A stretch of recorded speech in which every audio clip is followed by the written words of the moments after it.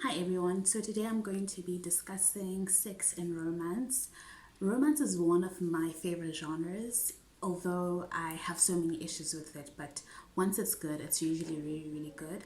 And one of my favorite authors of this genre for the past couple of years has been Lisa K. Pass. But during these couple of months, I've been rereading some of my favorite books, and I have realized some very problematic features that she uses in her books. Excuse the word problematic, they are very rape-like features that she uses, and I have so many problems and issues with the way that like writes about sex and desire, specifically female desire. So, last year I discussed for a video about like one of my favorite friendships being from the Wallflower series that Lisa Kleypas has written, and like I still maintain that I really really love the friendships between all of these girls because one of my favorite features about historical romance, particularly, is that the usually the plot is that these women need to get married because obviously there was economic oppression, and I really really like those feminist themes that usually come about.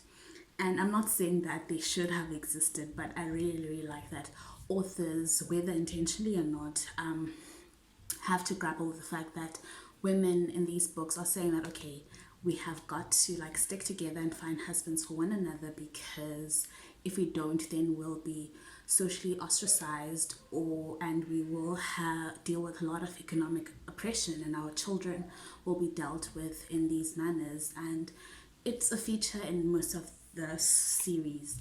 I think the book that I'm going to be talking about specifically today is It Happened One Afternoon, One Autumn by Lisa Kleypas, as I said.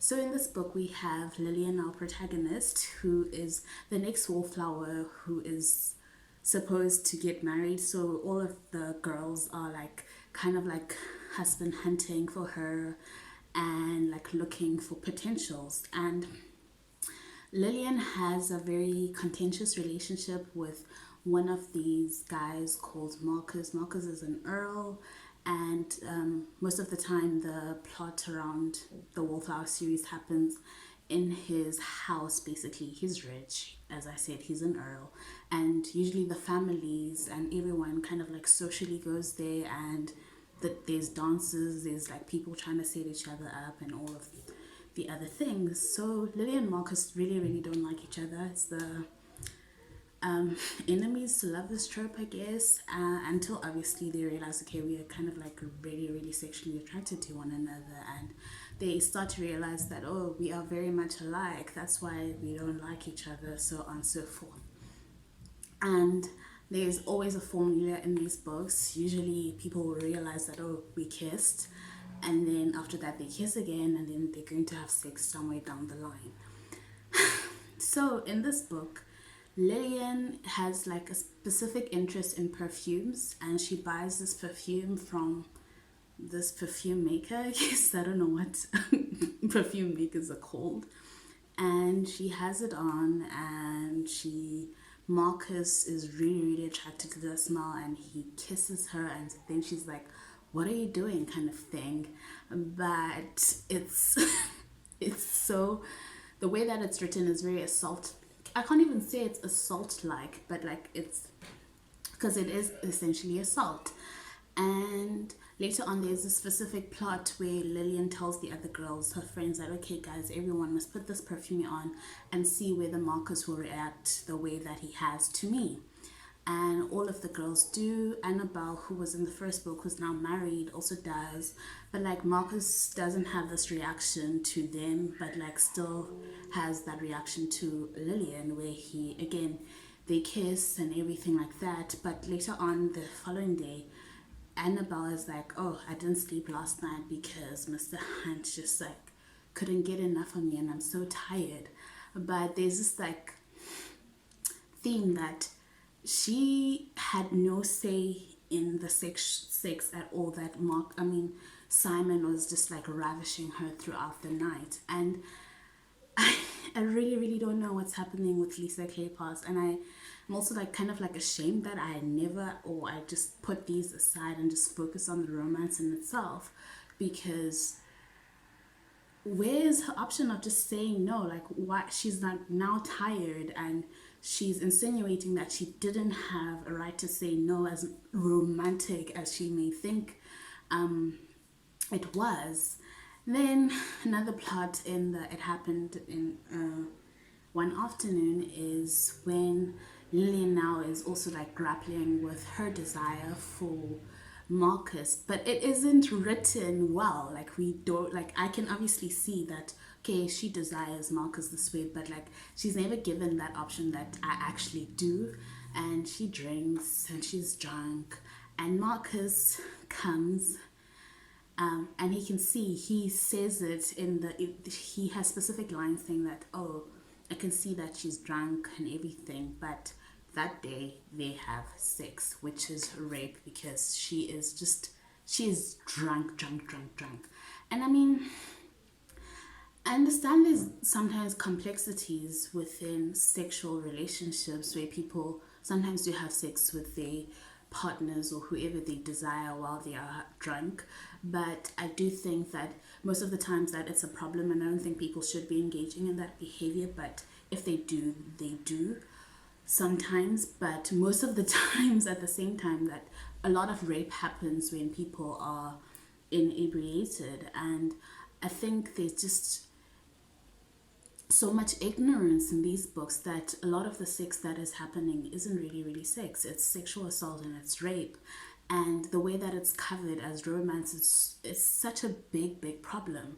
And I know that other people have commented. I will link some reviews about the next book in the Wallflower series. I don't remember reading this one, about how one of Lillian's potential husbands in this book happens to feature in the next book. And there's a specific plot. I stopped reading the book somewhere along because I was like, what bullshit is happening? Where the specific plot is that Lillian is assaulted by this man who is the hero in the next book, and just the obliviousness and just how male supremacy and rape goes unchallenged in a lot of romance is such a problem for me. And it's just, do romance writers then not know how to write anymore? And I'm not like obviously I'm generalizing here, but like it's just what is happening, and where are they going?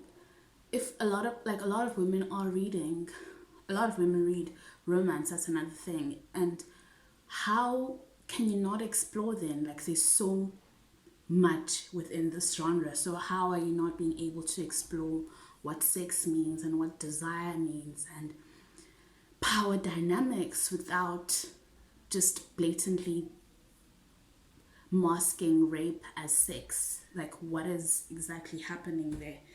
And yeah, I am tired, if you cannot see. But one book that I thought kind of tried was this book that I just finished reading, which is called A Lady Awakened by Cecilia Grant. So in this book we have Martha Russell, our protagonist, whose husband has just died, and she realizes that, she is informed that the person, her husband's brother, who's said to inherit the place that she lives in, had raped several of the servants when he was there, when they were like younger. And she kind of comes up with this plot that, okay, in order to protect these people, I'm going to have to get pregnant, and very soon. And she employs this guy who's been exiled, like who's like in the neighbor, called Theo Mirkwood, and like every day they kind of like have sex because she has got to get pregnant. It's not like sexy sex to me. It's not a sexy thing. It's like convenience, and I'm trying to protect everyone kind of thing. It's not that great, to be honest. Like, I didn't really believe the fact that she actually is saying that I want to protect these servants, because she didn't even know the servant's name. But I really liked how it was like exploring specific themes, talking about rape as well, and how sex isn't always fun. Sometimes people are doing it for convenience. And as much as in romance we like sex that's obviously sexy and everything like that, it was just generally interesting reading about sex for convenience, and it was uncomfortable most of the time. Obviously, later on, there's another plot that kind of opens about how she's kind of being ashamed to explore that part of herself, and I think it really works really well because this is during a specific period where even now that it does happen where women have been shamed to feel specific ways about their bodies. Like, that is patriarchy. We just don't suddenly have low self-esteems or don't want, like, the way that we approach our own bodies, it doesn't happen in a vacuum. It's patriarchy teaching us how, and purity culture teaching us that we have to be pure, and doing A, B, and C is not permissible under the system. So just her exploring that, okay, I actually desire this man, and I can be in control, and he's allowing me to have this control kind of thing is very, very interesting. And as much as I was complaining about Lisa Kleypas, like, there's a lot of problems, and I think I'm just very, very tired, and I'm very, very disappointed because this person was a favorite of mine for a couple of years, and last year when I was reading her other books as well, which had a lot of racism issues as well, it's also very, very nice to suddenly, like, see how well I've grown as a reader, and just objectively looking at these things and, like, picking up things. But yeah, just, and oh, what I wanted to say as well is that it's not only linked to historical romance. I see this happening a lot in contemporary romance of this alpha male who just has to get what he wants, and he can't control himself. He just has to have, like, a vagina or something, I don't know. And it's so weird. Like, it is so weird how prevalent and how persisting these ideas, archaic ideas about sex, are still out there. And I really, really want romance authors to do better. Like, I love this genre too much for the shit that it's making me go through. But if you, reader or watcher or whatever, viewer, have any, like, nice romance what's this, recommendations for me that includes sex, please do tell me down below, and I'll see you next time. Okay, bye.